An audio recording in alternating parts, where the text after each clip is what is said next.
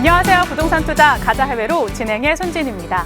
최근 젊은 자산가와 연예인들이 부동산 시장에서 큰 손으로 불리고 있는데요. 그 사이에서 해외 부동산 이야기가 핫 이슈로 떠오르고 있다고 합니다.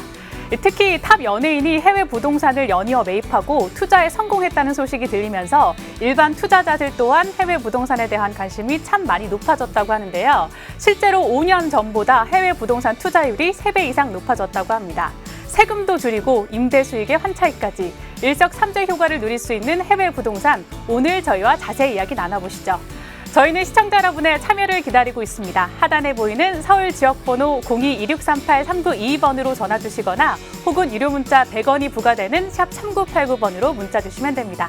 자, 그럼 부동산 투자 가자 해외로 지금 시작합니다.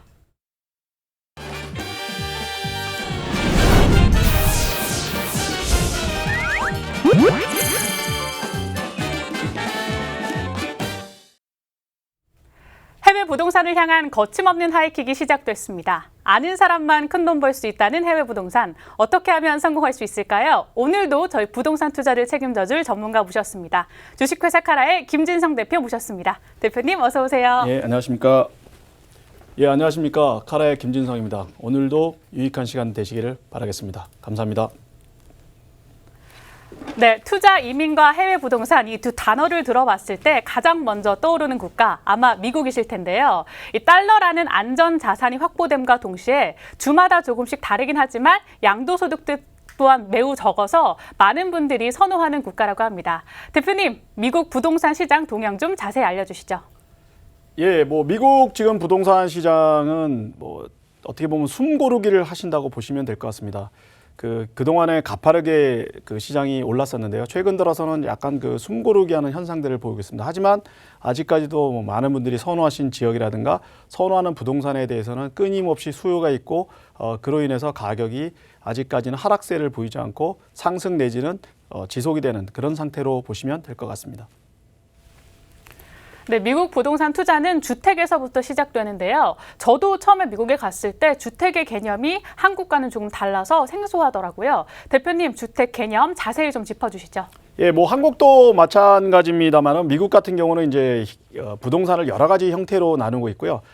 한국하고 거의 대동소이합니다만은 조금의 어떤 차이, 그리고 저희가 이제 흔히 생각하는 부분하고 약간 개념의 차이가 있는 부분이 있습니다. 그래서 그 부분에 대해서 좀 자세히 좀 설명을 드리도록 하겠습니다. 미국 부동산은 이제 흔히들 이제 저희가 한국에서는 이제 단독주택이라고 하는데 일반 주택이 있습니다. 영어로는 싱글 패밀리 하우스라고 그러는데 말 그대로 한 가구가 사는 그런 집을 이제 저희가 싱글 패밀리 하우스, 일반 주택, 단독 주택이라고 하겠습니다. 그 다음에 이제 콘도미니움이라고 있습니다. 콘도미니움 그러면 이제 저희가 흔히 얘기하는 바닷가에 있는 그런 어떤 리조트 시설이라고 생각하는데 미국에서 얘기하는 콘도미니움은 한국으로 말씀을 드리면 아파트라고 생각을 하시면 될 것 같습니다. 세 번째가 이제 코업이라고 해서 코오퍼레이티브라고 해서 이 개념은 뭐냐면은 좀 전에 말씀드렸던 한국의 콘도, 다시 말씀드려서 어떤 소유를 갖는 게 아니라 그 건물 전체에 지분을 갖는 그런 것을 저희가 코업이라고 하겠습니다. 그 부분에 대해서는 다시 한번 뒤에서 자세히 말씀을 드리겠습니다. 그리고 이제 멀티 패밀리 하우스라고 해서 한 집에 여러 가구가 사는, 저희를 얘기하면 다세대 주택 혹은 연립주택 이런 부분을 이제 멀티 패밀리 하우스라고 할 수가 있겠습니다.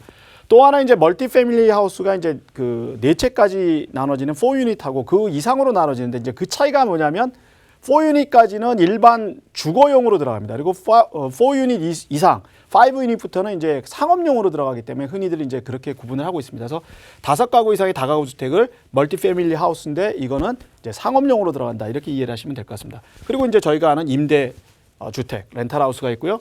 그리고 랜드, 땅이 있고 또 커머셜 빌딩. 그런 식으로 이제 미국의 부동산은 전체적으로 구분이 되신다고 보시면 될 것 같습니다. 이 부분을 좀 더 자세히 말씀드리겠습니다. 사진에서 보시다시피 일반 주택은 한 집에 한 가구가 사는 거를 우리가 일반 주택이라고 하고 싱글 패밀리 하우스라고 합니다.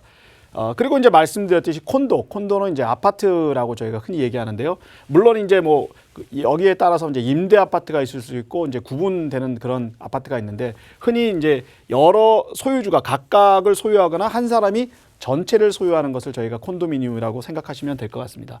그리고 이제 조금 전에 말씀을 드렸듯이 한국에서 말하는 콘도가 바로 미국에서는 이제 코업이라고 합니다. 코업이라는 거는 전체 건물을 각각을 이제 구분 소유라는 게 아니라 전체 건물을 여러 사람들이 지분을 갖는 형태. 뭐 말씀드리면 뭐 회사를 하나 설립해 놓고 회사에 이제 지분을 참여하다든가 이런 부분을 저희가 코옵이라고 합니다. 그래서 코옵이라는 건 한국의 콘도의 개념이다. 이렇게 생각하시면 쉬우실 것 같습니다. 그리고 이제 말씀드렸듯이 멀티 패밀리 하우스, 4유닛까지 있는데 이 부분은 이제 한 채에 한 뭐 3가구 내지 4가구가 살 수 있게끔 그렇게 만들어진 거를 멀티 패밀리 하우스라고 하고 이제 흔히 이제 그 4가구까지를 4유닛이라고 합니다. 이거는 이제 말씀드렸듯이 주거용으로 들어가기 때문에 만약에 모기지를 하시게 되면 주거용에 해당되는 모기지를 하실 수가 있습니다. 이 얘기는 무슨 얘기냐면 커머셜 상업용에 대한 모기지하고 그리고 이제 그 주거용에 대한 모기지는 이자가 굉장히 다르고 혜택이 다릅니다. 그래서 만약에 이제 4유닛을 사시게 되면은 상업용으로 들어가는 게 아니라 주거용으로 들어가서 어떤 좋은 이자나 좋은 혜택을 받을 수 있는 예를 들어서 뭐 기간이 뭐 30년, 20년 장기로 갈 수 있는 부분이 생기는 게 있고요. 상업용 같은 경우는 이제 장기간 그런 임대가 융자가 힘듭니다. 그래서 이제 4유닛까지 하고 4유닛 이상하고 그런 차이가 있다. 이렇게 이해를 하시면 될 것 같습니다. 그리고 말씀드렸듯이 5가구 이상의 멀티 패밀리 하우스는 상업용으로 들어간다. 이렇게 생각을 하시면은 굉장히 이해를 하실 때 굉장히 도움이 되실 거라고 생각을 합니다. 네, 최근 국내 부동산 트렌드는 소형 주택인데요. 개별 공간은 확보되면서 공동주택이 주는 편의성을 갖추고 있기 때문에 많은 분들이 선호한다고 합니다. 미국의 경우는 어떤가요, 대표님?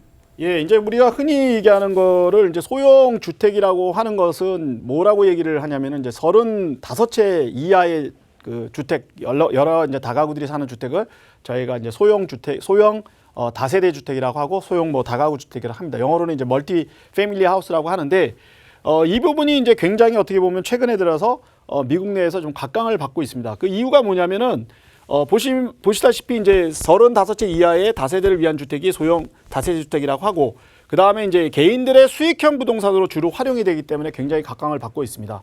대부분의 이제 큰 회사들 같은 경우는 아까 보여드렸던 콘도미니엄 같은 그런 아파트 형태의 이제 대규모로 투자를 하는데 이런 경우 같은 경우는 소형 주택에 투자를 하다 보니까 개인들이 주로 많이 투자를 하게 됩니다. 제가 좀 전에 말씀드렸듯이 4유닛 다시 말씀드려서 4가구가 살 수 있는 그 멀티 패밀리 하우스 같은 경우는 주거용으로 간주가 돼서 굉장히 또 좋은 어떤 이자라든가 그런 기간 혜택을 받을 수 있는 부분이어서 개인들이 굉장히 관심을 갖고 투자를 하는 그런 수익형 부동산이라고 보시면 될 것 같습니다. 그리고 또 하나가 뭐냐면 대부분이 대도시에 위치하고 있습니다. 최근 들어서는 멀티 패밀리 하우스를 짓지 않는데 멀티 패밀리 하우스는 대부분 50년, 100년 전에 지어진 건물들이 많기 때문에 대부분이 도심에 위치하고 있습니다. 이 얘기는 뭐 뒤에서 다시 한번 설명을 드리겠습니다만은 향후 재개발할 때 굉장히 유리한 부분이 있습니다. 왜냐하면 뭐 접근성이라든가 이런 부분이 있어서 굉장히 유리한 부분이 있고요. 그다음 이제 좀 전에 말씀드렸듯이 대부분이 오래전에 지어졌습니다. 오래전에 지어진 게 뭐 우리로 얘기하면 20, 30년이 아니라 대부분이 50년 뭐 더 된 거 같은 경우는 100년 정도의 어떤 그런 역사를 자랑하는 집들이 많습니다. 그러다 보니까 이제 대부분이 어떤 재개발, 재건축의 어떤 그런 필요성을 많이 느끼고 있고 이로 인해서 지금 당장은 4유닛을 통해서 어떤 수익성을 올리는 부분이 있지만 향후에는 이를 통해서 어떤 시세 차익이라든가 개발을 통해서 또 다른 수익을 누릴 수 있는 그런 부분이 굉장히 많다는 것을 이해하시면 될 것 같습니다. 자, 오래전에 지어졌다 보니까 대부분이 뭐냐면 대지가 굉장히 넓습니다. 대지가 넓다는 거는 우리나라도 마찬가지지만 재건축이라든가 재개발을 할 때 굉장히 유리한 부분이 있습니다. 지금은 당장이 뭐 그냥 대지로 돼 있지만 향후에 새로 집을 지을 경우에는 그 대지를 건평에 포함시킬 수 있어서 굉장히 유리한 부분이 있습니다. 이 부분이 이제 종합적으로 말씀드렸듯이 어떤 도심에 위치해 있고 또 하나는 대지가 넓고 오래 지어졌다 보니까 이 부분을 헐고 하는 부분에서 이제 비용이 상대적으로 적게 들어가서 향후에 재건축 시에 굉장히 유리한 부분이 있습니다. 이런 부분으로 인해서 소형주택이 각광을 받고 있고 소형주택에 이제 투자를 많이 하고 있습니다. 지금 사진에 보시는 것 같은 게 이제 소형주택입니다. 이런 거 같은 경우는 이제 보면 한 8세대 정도가 들어가 있는 그런 주택인데요. 이런 식으로 해서 지금은 예를 들어서 주인이 한 유닛에 살고 나머지 7유닛은 임대를 줘서 그런 수익을 올릴 수 있는 그런 부분이 되겠습니다. 그리고 이제 보시듯이 이렇게 아파트인데 규모가 뭐 100세대, 200세대 그런 아파트가 아니라 35세대 이하 그런 아파트를 지어서 말씀드렸듯이 본인이 한 유닛에 거주를 하고 나머지 34유닛은 임대를 줘서 수익을 올리는 그런 형태의 것들을 저희가 흔히 얘기하는 미국에서 소형 다가구 주택, 다세대 주택이라고 보시면 될 것 같습니다.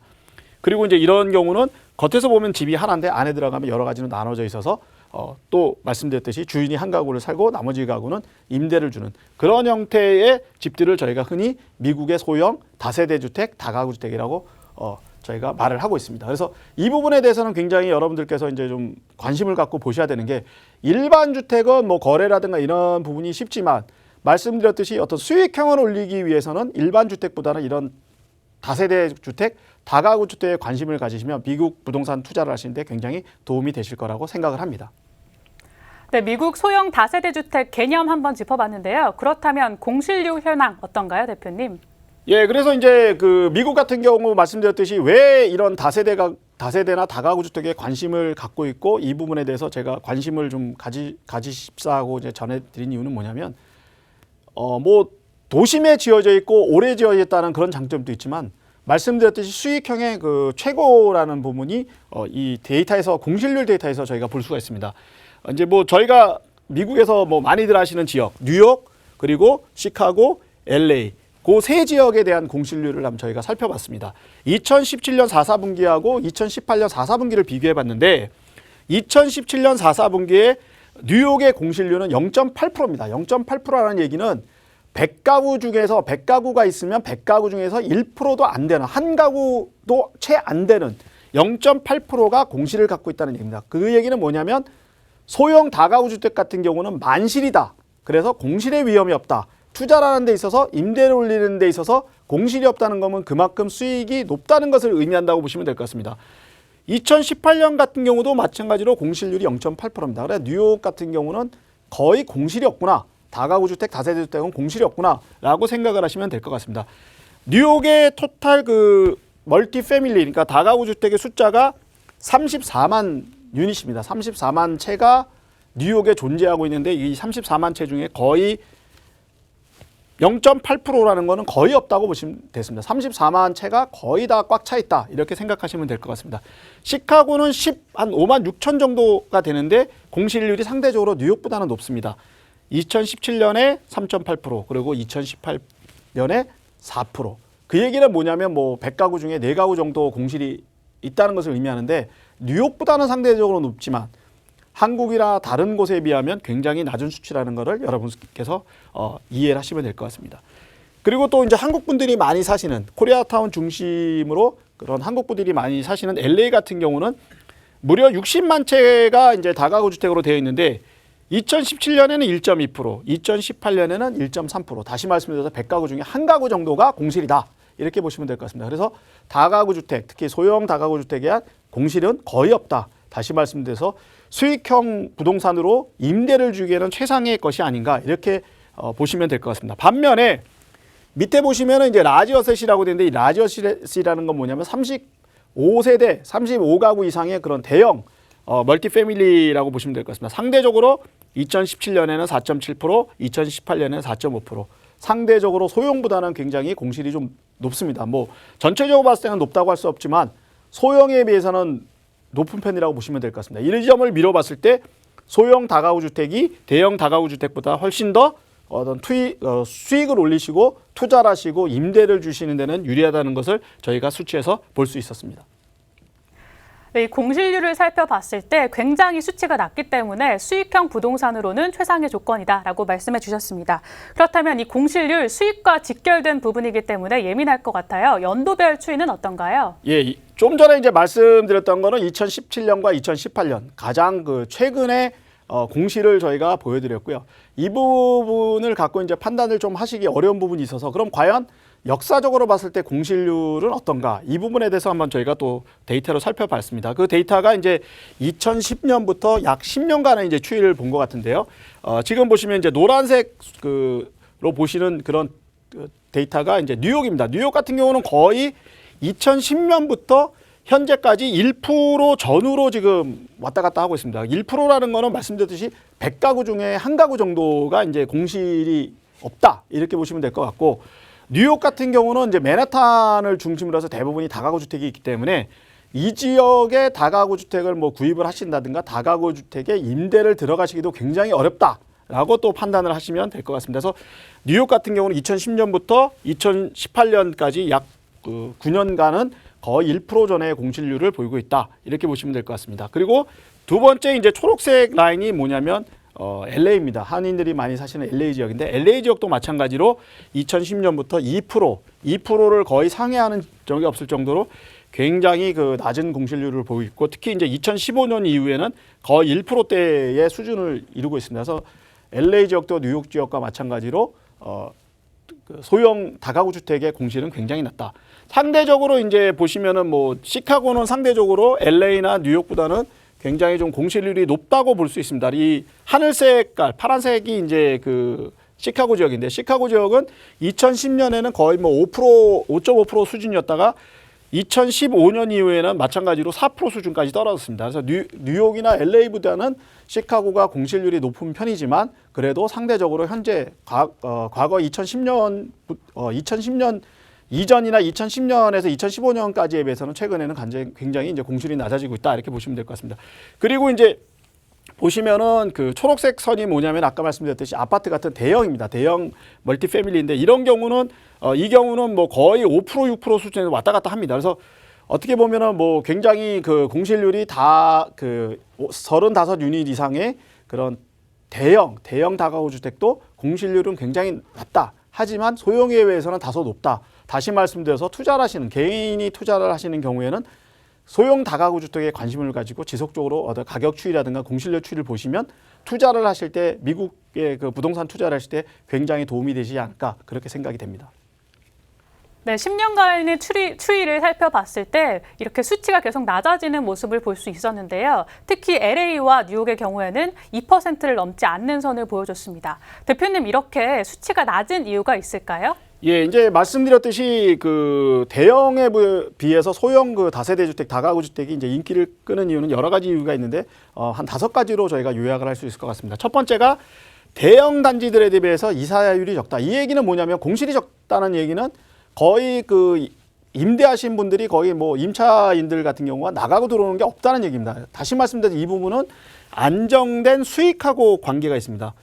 예를 들어서 계셨던 분이 나가고 들어오면 또 뭐 그거를 뭐 수리해야 되고 여러 가지 이제 어떤 문제들이 생기는데 나가지 않기 때문에 공실이 없다는 얘기는 안정되게 이제 수익이 된다. 이렇게 보시면 될 것 같습니다. 이게 이제 가장 큰 이유가 돼 있고요. 두 번째는 대부분 이제 도심에 있습니다. 도심에 있어서 뭐 흔히 지금 한국에서도 뭐 경리단길이라든 여러 길에서 지금 뭐 발생되는 문제가 이제 젠트리피케이션이라는 부분이 있는데 이미 이제 젠트리피케이션은 역사적으로 도심에 있는 아파트들이기 때문에 과거에 이제 이런 부분을 겪어서 최근에는 이제 이런 부분이 없습니다. 젠트리피케이션이 없고 거꾸로 직주 근접에 따라서 젊은 층들이 거꾸로 이 도심으로 들어오는 부분이 많습니다. 그래서 최근 들어서 거꾸로 이 지역은 인구 유입이 많아지고 있는 부분입니다. 그래서 인구가 많다는 얘기는 렌트에 대한 수요가 많다는 의미이기 때문에 이 부분이 이제 두 번째로 공실이 낮은 이유라고 보시면 될 것 같고요.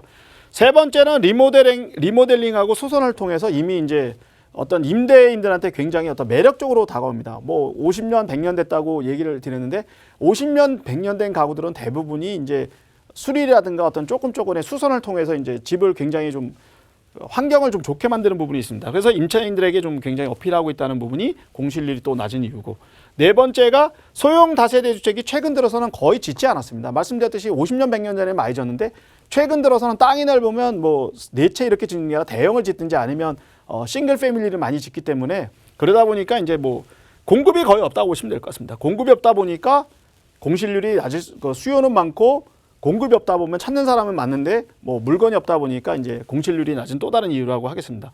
그리고 다섯 번째가 대형 아파트 단지에 대비해서 임대료가 저렴합니다. 이 부분은 뭐냐면 대형 아파트 같은 경우는 뭐 수영장도 만들고 매니저도 쓰고 또 여러 가지 이제 뭐 공간들이 이제 공유 공간들이 많은 부분이 있어서 상대적으로 임대료가 비싼데 소형 다세대 주택 같은 경우, 다가구 주택 같은 경우는 이제 그런 부분이 거의 없습니다. 그래서 한편 얘기하면 생활의 어떤 편의성이라는 부분에 대해서는 대형 아파트에 비해서 좀 떨어지는 부분이 있지만 상대적으로 또 경제성을 굉장히 중시하는 미국인의 특성상 또 소형 그 다세대 주택, 다가구 주택을 선호하는 부분이 있습니다. 이런 5가지 이유로 인해서 현재 공실률이 소형 다세대 주택까지는 낮다 이렇게 생각하시면 될 것 같습니다.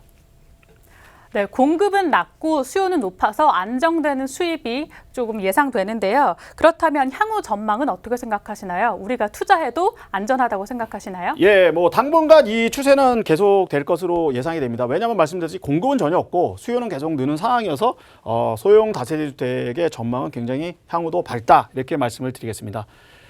가장 큰 이유가 말씀드렸듯이 뭐 공실률 자체가 굉장히 낮기 때문에 이 부분에 대한 수요는 계속 있을 거로 예상이 되고 또 그 부분에 대해서 뭐 새로 신규 공급되는 부분이 없어서 이 부분은 공실률은 굉장히 낮을 거다 이렇게 예상이 됩니다. 그리고 말씀드렸듯이 새로운 젊은 층들이 직주 근접에 의해서 굉장히 이제 인구들이 많이 유입되고 수요가 굉장히 많다는 부분이 또 다른 이유라고 하겠습니다. 그리고 최근 들어서 뭐 이 부분에 대한 공급이 전혀 없기 때문에 이 부분으로 인해서 소형 다세대 주택의 그 전망은 향후에 좀 밝다 이렇게 말씀드렸습니다.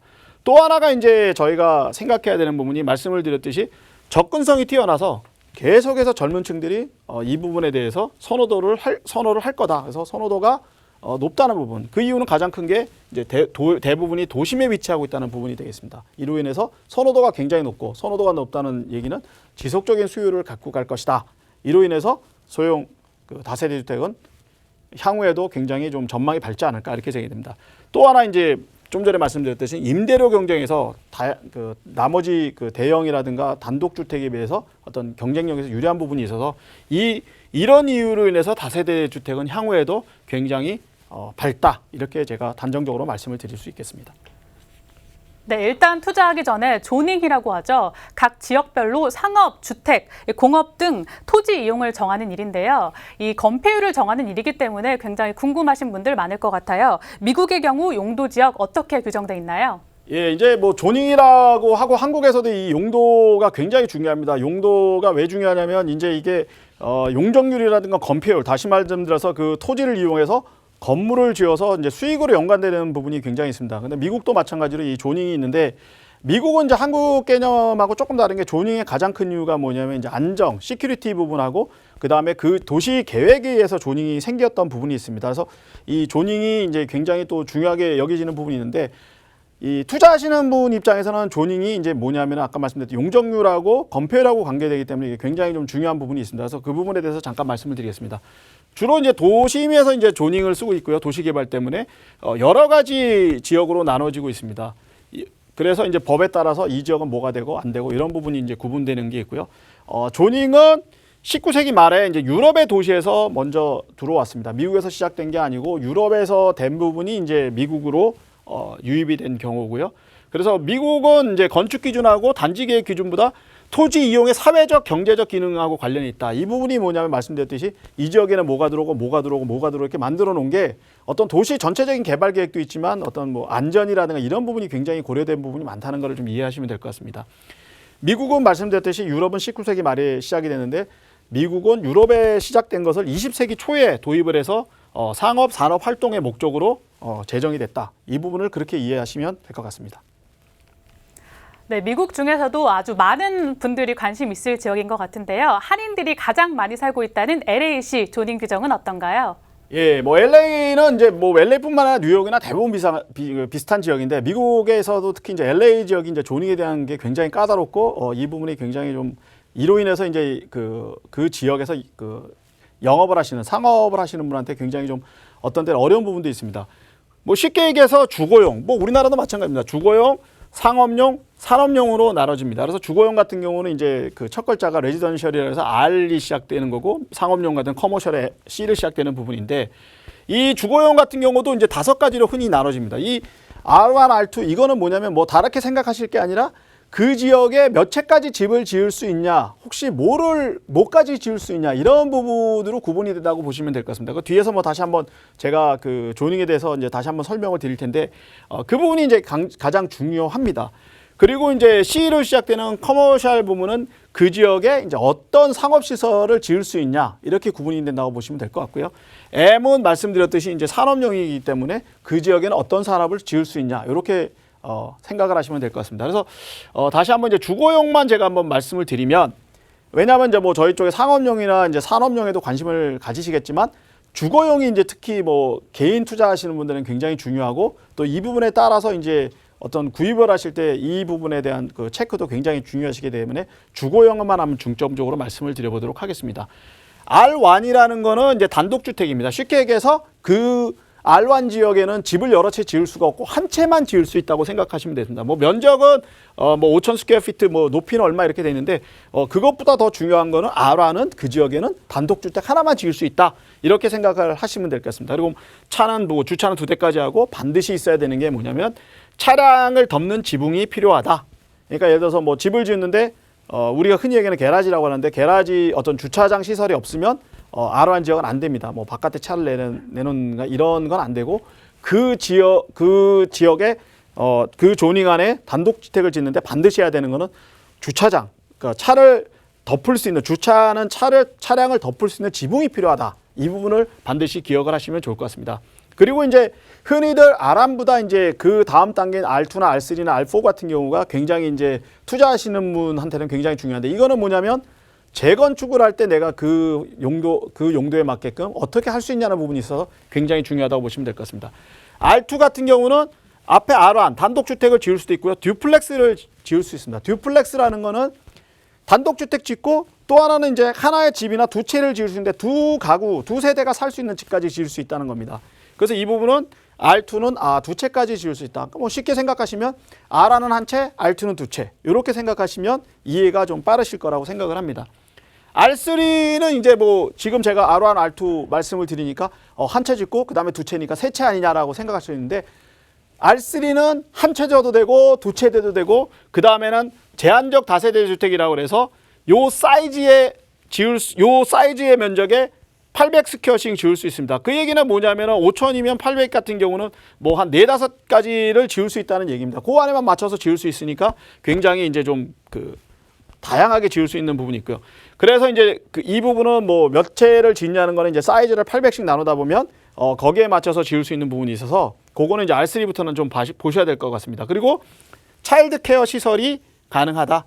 예를 들어서 뭐 유아원이나 이런 부분을 하시려면 R1, R2 조닝에는 안 되고 R3 조닝에는 된다는 것을 이해를 하시면 될 것 같습니다. 뭐 주차 공간에 대한 거는 한 대, 3유닛은 1.5대, 그 이상은 2대까지 반드시 이제 그런 주차장을 마련해야 된다. 이렇게 생각을 하시면 될 것 같습니다. 그래서 R3부터는 이제 저희가 좀 항상 보면 토지 가격이 R1이나 R2에 비해서 R3가 굉장히 비싼 부분이 있습니다. 왜냐하면 용도가 R1, R2는 좀 제한적이고 사람이 좀 그러니까 사는 부분에 주거하는 부분에 초점이 맞춰져 있다 보면 R3부터는 유아원이라는 게 어떻게 보면 이제 상업용 약간의 상업을 할 수 있는 이런 부분이 있어서 이런 부분이 굉장히 중요하다고 생각하시면 될 것 같습니다. 그래서 만약에 LA에서 어떤 유아 관련되는 사업을 하신다 그러면 R3 조닝 이상의 투자를 하셔야 된다. 이렇게 이해를 하시면 될 것 같습니다. 그리고 R4 지역은 뭐냐면 제한이 없습니다. 제한이 없는 4세대 주택에서 아파트나 콘도나 기숙사가 다 됩니다. 그래서 만약에 내가 아파트 사업을 해야 되겠다. 그러면 R1, R2, R3 조닝을 토지를 매입하셔야 되는 게 아니라 R4 조닝을 토지를 매입하셔야 된다라고 이해를 하시면 될 것 같습니다. R5 같은 경우는 R4 다시 말해서 아파트나 콘도를 지을 수 있는 부분에 추가해서 뭘 줄 수 있냐면 클럽이나 병원이나 호텔까지도 들어갈 수 있는 부분이다. R5는 전체적으로 가장 이제 포괄적인 주거용에서 가장 포괄적인 그런 토지가 된다 이렇게 얘기를 하시면 될 것 같고 투자를 하시는 분 입장에서는 가급적이면 수익형을 원하시면 R3 이상의 토지를 구입하셔야 된다 이런 부분을 좀 이해를 하시면 좋으실 것 같습니다. 네, 현재 미국에 있는 제 지인들은 증축한 주택에 살고 있거나 투자를 계획하고 있는 사람들 참 많은데요. 이럴 경우 체크해야 될 점 있을까요?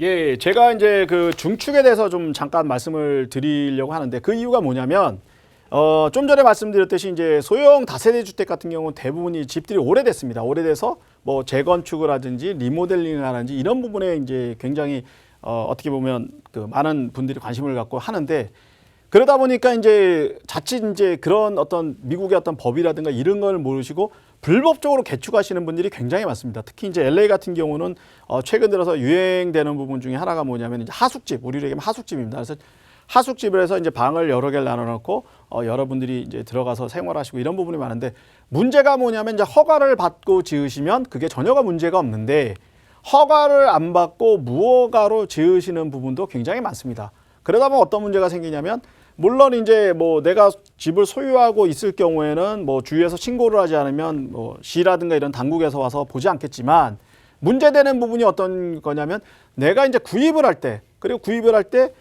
그런 불법이 발각이 되면 여러 가지 문제가 생깁니다. 그래서 그 부분에 대해서는 이제 반드시 좀 짚어보시고 가시는 게 좋을 것으로 생각이 됩니다.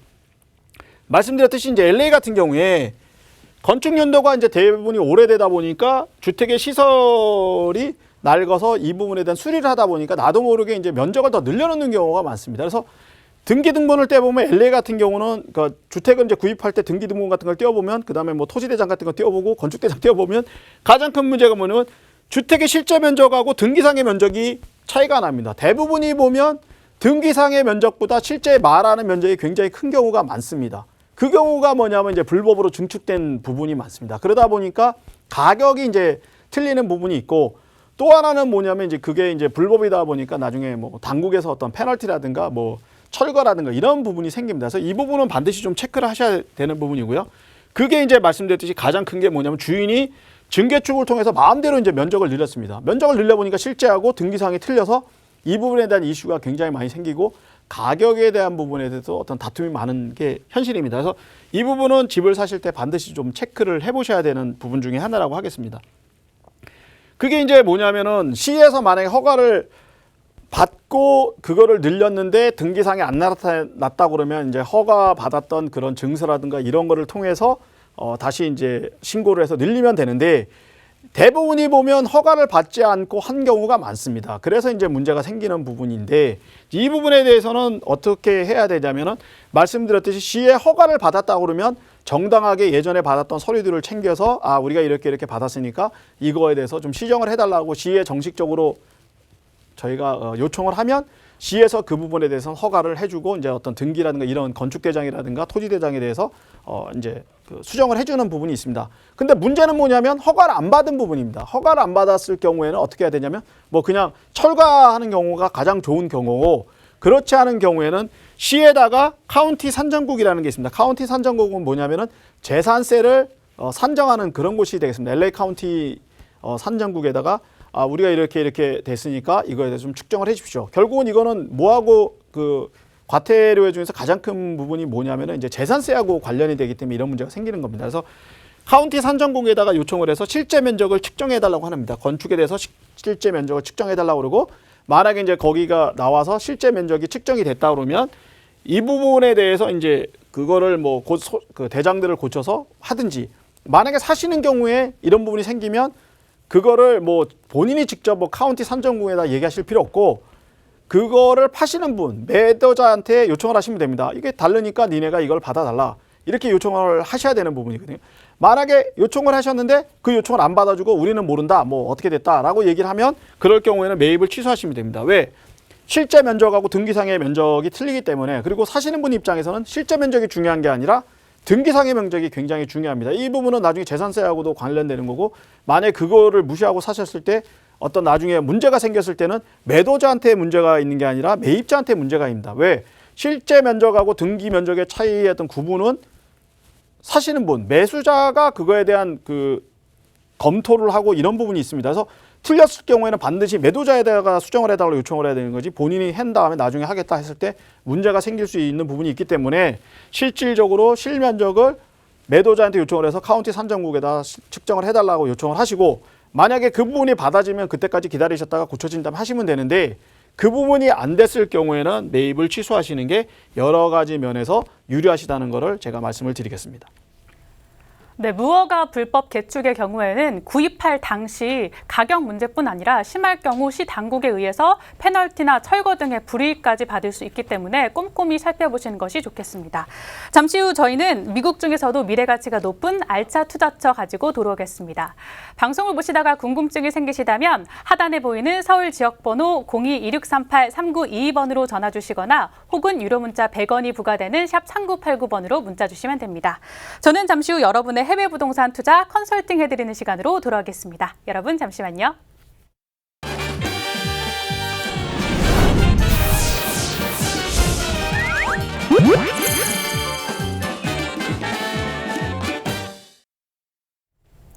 네, 오늘은 과연 어떤 투자자가 해외 부동산 관련 투자 고민이 있을지 화면으로 함께 만나보시죠. 네, 저는 올해 40대 초반을 맞이한 일명 골드미스입니다. 결혼보다는 싱글로서의 삶을 선택한 후 노후 대비는 늘 제 고민의 1순위였어요. 그러던 중 해외 부동산 투자에 대해 알게 됐습니다. 싱글이다 보니 자연스레 투자 이민까지 고려해 투자처를 찾고 있는데요. 여성 혼자 투자해도 안전한 해외 투자처, 어떤 곳이 좋을까요? 또 어디에 투자해야 걱정 없는 노후를 대비할 수 있을까요? 네, 40대 골드미스 시청자분의 투자 고민 들어봤습니다. 네, 실제로 최근에 결혼하는 인구가 줄어들면서 40대 골드미스 분들이 해외 투자처를 알아보는 경우도 참 많다고 하는데요. 싱글로서 삽니다 보니까 안전한 재테크 수단인 부동산에 관심을 참 많이 보인다고 합니다. 대표님, 해외 부동산 쪽으로도 문의가 많나요? 예, 최근 들어서 이제 젊은 분들이 굉장히 좀 많이 찾고 있습니다. 이제 그 얘기는 뭐냐면은 어떻게 보면 결혼을 안 하고 내가 좀 해외에서 생활을 좀 해야 되겠고 어떤 재테크 수단으로 좀 해외 쪽에 투자를 했다고 질문들이 많이 오시는데요. 이 부분에 대해서 사실 저는 좀 굉장히 좀 어떤 때는 좀 난감한 부분도 있습니다. 이렇게 좀 저하고 좀 사정이 다른 부분도 있는데 이 부분에 대해서는 부동산 쪽으로 문의가 많이 온다는 거는 또 그만큼 관심이 많다는 얘기고 또 그러다 보니까 이제 그 나름대로 어떤 이유가 있어서 저희가 또 이 부분에 대한 준비도 좀 굉장히 좀 요새 많이 하고 있는 그런 상황입니다. 네, 제가 부동산 공부를 하면서 가장 기억에 남았던 단어가 이 미국의 경우에는 관광 비자만 가지고도 투자를 할 수가 있다라는 점이 되게 인상 깊었거든요. 특히 싱글과 가족들이 있는 경우에는 투자 이민을 할 경우 이 투자하는 기준이 좀 다를 것 같아요. 어떤 차이점이 있을까요? 예, 우선 이제 다른 나라도 여러 가지 지역이 있는데 이제 미국만 좀 말씀을 드리면요. 일단 외국인이 관광 비자를 통해서 부동산을 구입하시는 거는 문제가 없습니다. 이제 왜냐하면 저희가 좀 따로 놓고 생각을 해야 되는데 이제 다른 나라 같은 경우 이런 나라 있습니다. 포르투갈 같은 경우는 어떻게 보면은 이제 부동산 투자하고 투자 이민하고 이렇게 연관이 돼 있어 그렇게 가시는 부분이 많은데 사실은 미국 같은 경우는 투자 이민하고 부동산 투자하고는 전혀 다릅니다. 이게 부동산에 투자했다고 그러고 이민을 해서 비자나 영주권을 주는 건 아니거든요. 그래서 그런 차이는 있는데 다른 이제 물론 이제 또 EB5라고 해서 어떤 부동산의 간접 투자를 통해서 부동산의 일부 아까 말씀드린 코어포레이트 그러니까 우리로 얘기하면 콘도 같이 어떤 지분을 갖는 그런 부분이 있습니다. 그래서 그 부분하고 이제 부동산 투자는 직접적인 연관이 있다고 생각하지는 않고요. 간접 투자이기 때문에 그런 부분이 있는데 어떻게 보면 재테크 수단으로 미국 부동산에 투자하는 거에 대해서는 이제 저는 굉장히 좀 어떻게 좋다고 생각을 합니다. 왜? 첫 번째 이유가 뭐냐면 여러 나라가 있지만 미국 같은 경우는 역사적으로 보면 부동산 투자에서 어떤 수익의 안정성이라는 부분에서 이제 굉장히 뛰어난 지역이기 때문에 어떤 장기적인 관점에서 내가 저축이라든가 어떤 투자라는 부분에서 굉장히 유리한 부분이 있습니다. 그래서 싱글족도 같은 경우는 이제 그런 부분을 장기적으로 생각하시고 이제 투자를 하셔야 되는 부분이 가장 큰 거고요. 가족들 같은 경우는 이제 뭐가 있냐면 어떻게 보면은 당장의 어떤 부동산 투자에서 안정적인 투자는 시세 차익보다는 가족들 교육이라든가 이런 부분이 굉장히 좀 있습니다. 그래서 투자처 자체가 이제 완전히 다른 거죠. 예를 들어서 아까 멀티 패밀리 하우스에 대해서 말씀을 드렸는데 예를 들어 도심 한복판이 있기 때문에 예를 들어서 일반 싱글족도 같은 경우는 장기적으로 내가 투자를 해서 여유가 생긴다 그러시면 투자를 해서 내가 하나를 살고 나머지 네채를 이제 관리를 하면 어떤 수익의 안정성이 있습니다. 그래서 왜냐하면 싱글족 같은 경우는 자녀 교육이나 이런 게 전혀 문제가 없기 때문에 철저하게 수익성 위주. 그리고 또 하나가 이제 본인이 직장을 다니신다 그러면 도시 근처에 대부분 사시기 때문에 도심에 이제 직장이 있기 때문에 그 근처에 이제 투자를 하셔야 되는 게 맞고요.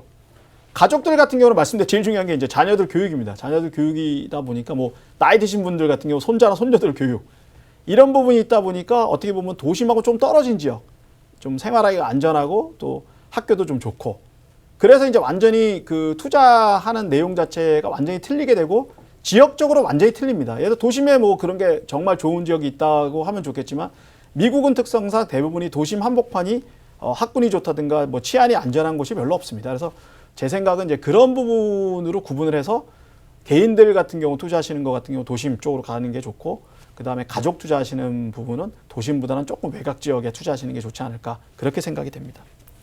네, 의뢰인의 경우에는 여자 혼자 투자해도 안전한 투자처를 생각하셨거든요. 특히 투자 이민까지 고려하고 있어서 어떤 부분이 좋을지 맞춤 컨설팅 부탁드립니다. 예, 이제 말씀드렸듯이 이제 부동산 투자를 통해서는 투자 이민을 하기가 굉장히 어려운 부분이 있는데 이게 전혀 불가능한 또 부분은 아닙니다. 사실은 이제 뭐 여러 가지 어떤 기술적인 부분이 좀 필요한 부분도 있습니다. 왜냐하면 부동산 투자를 직접적으로 했을 때는 가령 예를 들어서 뭐 이민이라든가 이런 부분이 안 될 수 있는데 부동산하고 관련되는 사업은 예를 들어 또 뭐 투자 이민으로 가능할 부분도 있습니다. 그래서 그 부분에 대해서는 이제 충분히 뭐 변호사라든가 이런 전문가하고의 상담이 우선적으로 좀 필요한 것 같고요. 두 번째는 말씀드렸듯이 개인이 투자하는 부분이니까 제일 중요한 건 수익성입니다. 수익성 부분이 가장 중요하고요. 그러다 보니까 이제 미국에 만약에 투자를 하신다면 제 생각에는 뉴욕의 맨하탄이라든가 뭐 LA 코리아타운을 중심으로 한 뭐 도심 그런 쪽에 투자를 하시는 게 제가 볼 때는 굉장히 안전한 것 같습니다. 그래서 여유가 있다 그러면 좀 전에 소개드렸던 그 멀티 패밀리 하우스에 투자하시는 게 좋을 것 같고요. 여유가 좀 없으시다 그러면 요새 이제 젊은 사람들이 많이 찾는 게 스튜디오 타입의 어떤 그 소형 콘도들을 많이 찾습니다. 그 스튜디오 타입의 이제 소형 콘도 같은 경우는 상대적으로 이제 멀티 패밀리 하우스보다는 가격이 저렴하기 때문에 그런 쪽에 투자를 하셔서 뭐 본인이 임대료 대신에 내가 투자를 해서 거기에 뭐 거주하시는 방법도 있고요. 또 하나는 그거를 이제 내가 거주하지 않고 그 젊은 사람들 상대로 해서 월 임대료 받는 그런 쪽으로 투자를 하시면 제가 볼 때는 여러 가지 활용도도 있고 향후에 뭐 시세 차익이라든가 본인이 이제 거주하시는 용에도 굉장히 용이하신 부분이 있어서 저는 개인적으로 그렇게 좀 권해드리고 싶습니다. 네, 투자 이민과 해외 부동산 같은 선상에 두고 봤을 때 조금 기술적인 부분이 필요하기 때문에 변호사나 전문가의 부분을 좀 필요하다라고 생각하셨고요. 특히 가격 차에 따라서 멀티 패밀리 하우스나 스튜디오 콘도 투자하는 걸 추천해 주셨습니다. 방송을 보시다가 나도 해외 부동산 투자에 관심 있다, 컨설팅을 받고 싶다 하시는 분들은 하단에 보이는 서울 지역번호 02-2638-3922번으로 전화 주시거나 혹은 유료 문자 100원이 부과되는 샵 3989번으로 문자 주시면 됩니다. 저는 잠시 후 미국 중 로스앤젤레스에 위치한 알짜 투자처 가지고 다시 돌아오겠습니다.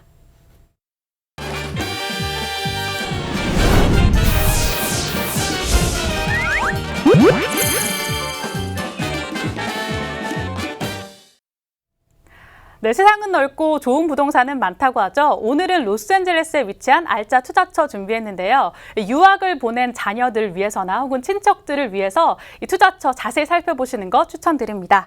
방송을 보시다가 소개되는 해외 부동산에 대한 궁금증 있으신 분들 하단에 보이는 서울 지역번호 02-2638-3922번으로 전화 주시거나 혹은 유료 문자 100원이 부과되는 샵 3989번으로 문자 주시면 됩니다.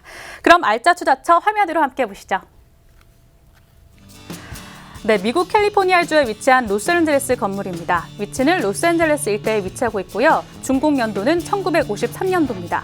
면적은 대지 697제곱미터, 건물은 441제곱미터입니다. 구조는 총 2층으로 방 2개와 욕실 하나, 방 3개와 욕실 1개로 구성되어 있습니다. 예상 실투자 금액은 173만 달러로 예상됩니다.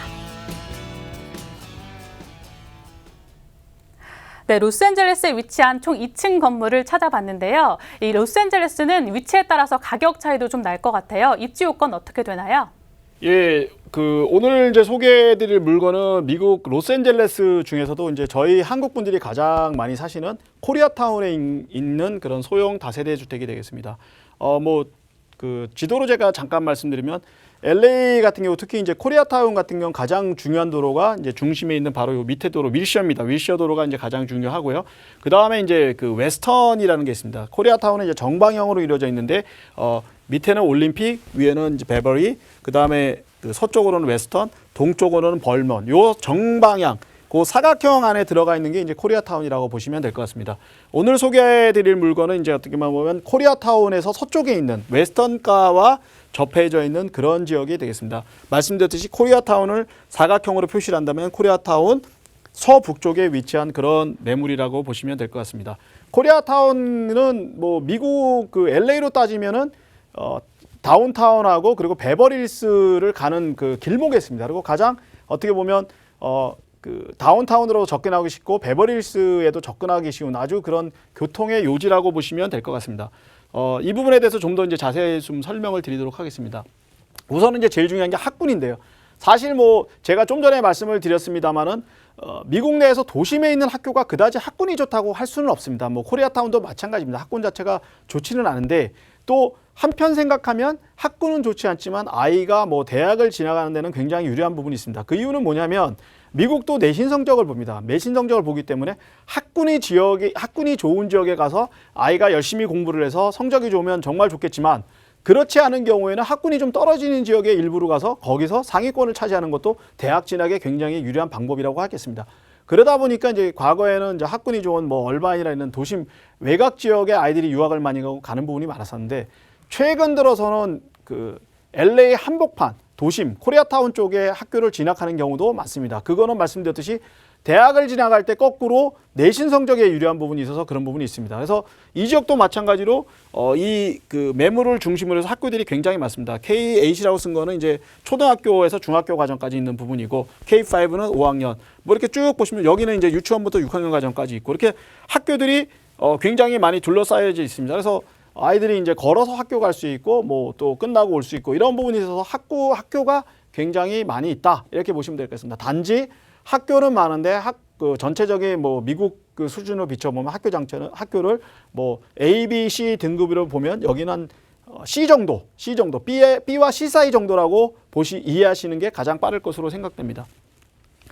그리고 이제 또 저희가 이제 주거를 하고 또 집을 이제 얻는 부분에서 가장 중요하게 생각하는 부분이 뭐냐면 안전입니다. 치안입니다. 저희가 흔히 하는 치안인데, 미국 같은 경우는 이렇게 치안을 색깔로 표시해 놨습니다. 여기 보시면 이 가장 그 밝은 색깔이 이제 치안이 가장 안전한 지역이고, 보시면 이제 여기 가장 이제 붉은 지역이 가장 그 위험한 지역이라고 보시면 될 것 같습니다. 여기 같은 경우는 한 그 전체적으로 상중하로 보면 A, B, C, D로 보면은 그러니까 치안이 가장 안전한 지역을 A라고 본다면 이 지역이 A 정도 될 것 같고, 여기는 B입니다. 여기도 B 지역이고요.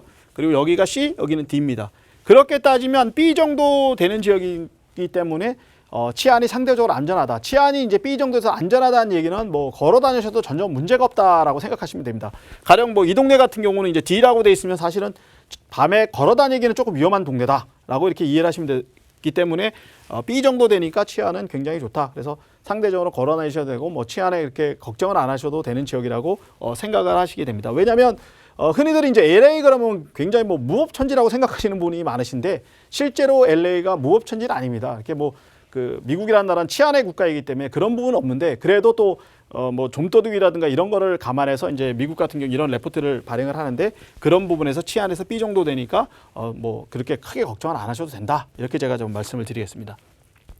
다음이 이제 어떻게 보면 교통 부분인데요. 물론 이제 미국 같은 경우는 대중교통보다는 그 자가용을 많이 활용을 하게 되는데, 예를 들어서 뭐 나이가 들으셨다든지 학생이라든지 이런 경우에는 또 대중교통이 굉장히 중요한 부분이 있습니다. 보시다시피 여기 지역은 현재 주위에 이 그 파란색 표시 있는 게 다 버스입니다. 그 퍼블릭 버스, 그러니까 우리로 얘기하면 뭐 대중버스인데, 그런 부분이 굉장히 옆에 있고 바로 옆에도 버스가 있습니다. 그리고 또 하나가 뭐냐면, 미국 그러면 이제 지하철, LA는 지하철이 없다고 생각하시는데 LA에도 지하철이 2개가 있습니다. 이렇게 올라가는 북쪽 노선이 있고 서쪽 가는 노선이 있는데, 여기는 바로 지하철이 여기에 있습니다. 그래서 지하철 부분도 바로 있어서 대중교통이라는 면에서도 굉장히 유리한 지역이다, 이렇게 이해를 하시면 될 것 같습니다. 네, 웨스턴과 3가에 위치한 이 건물 특징으로는 어떤 게 있을까요? 예, 건물이 이제 이 안에 5개 정도가 있어서 5개가 있기 때문에 뭐 굉장히 좀 외관은 넓게 보이고요. 안에는 5개로 나눠져 있고요. 또 안에는 뭐 그 집이 굉장히 오래됐지만 안에 자체를 새로 이렇게 꾸며놔서 굉장히 좀 새로 그 겉은 낡았지만 안은 좀 비교적 많이 좀 개선돼 있다, 가꿔져 있다, 이렇게 보시면 될 것 같습니다. 네, 이 건물 장점은 어떤 게 있을까요? 건물의 장점은 우선은 이제 대지 면적이 넓은 게 첫 번째고요. 그 다음에 이러다 보니까 수익형 투자처로 적합하고, 또 생활 인프라가 다 돼 있고 인구가 계속 유입되고 주인이 거주하는 부분이어서 수익형 건물로 굉장히 좀 유리하다, 이렇게 좀 말씀을 드리겠습니다. 네, 반면 투자할 때 문제점도 한번 살펴보고 가야 하잖아요. 이번 투자처 경우 문제점에 대해서는 어떤 것들이 있을까요? 이제 가장 큰 문제가 뭐냐면, 오래되다 보니까 수리가 필요하답니다. 그러니까 수리가 필요하다는 건 집값 플러스 수리 비용까지 좀 감안을 하셔야 되지 않나, 그렇게 생각이 됩니다. 네, 수리가 필요하다고 말씀해 주셨는데 투자 금액 다시 한번 정리해 주시죠. 전체적인 금액은 173만 달러 정도 예상되고 있고요. 월 임대료는 주인이 뭐 사시는 경우 같은 경우는 7,000달러, 주인이 안 사면 9,000에서 10,000달러 정도 생각하시면 돼요. 수익률은 5에서 6% 정도 생각하시면 되고요. 실투자금은 173만 달러입니다. 뭐 실제로 173만 달러가 들지만 융자가 한 50% 정도 가능하다고 보면, 한 실질적인 투자금은 한 80만 불 정도면 투자하지 않을까, 그렇게 예상이 됩니다.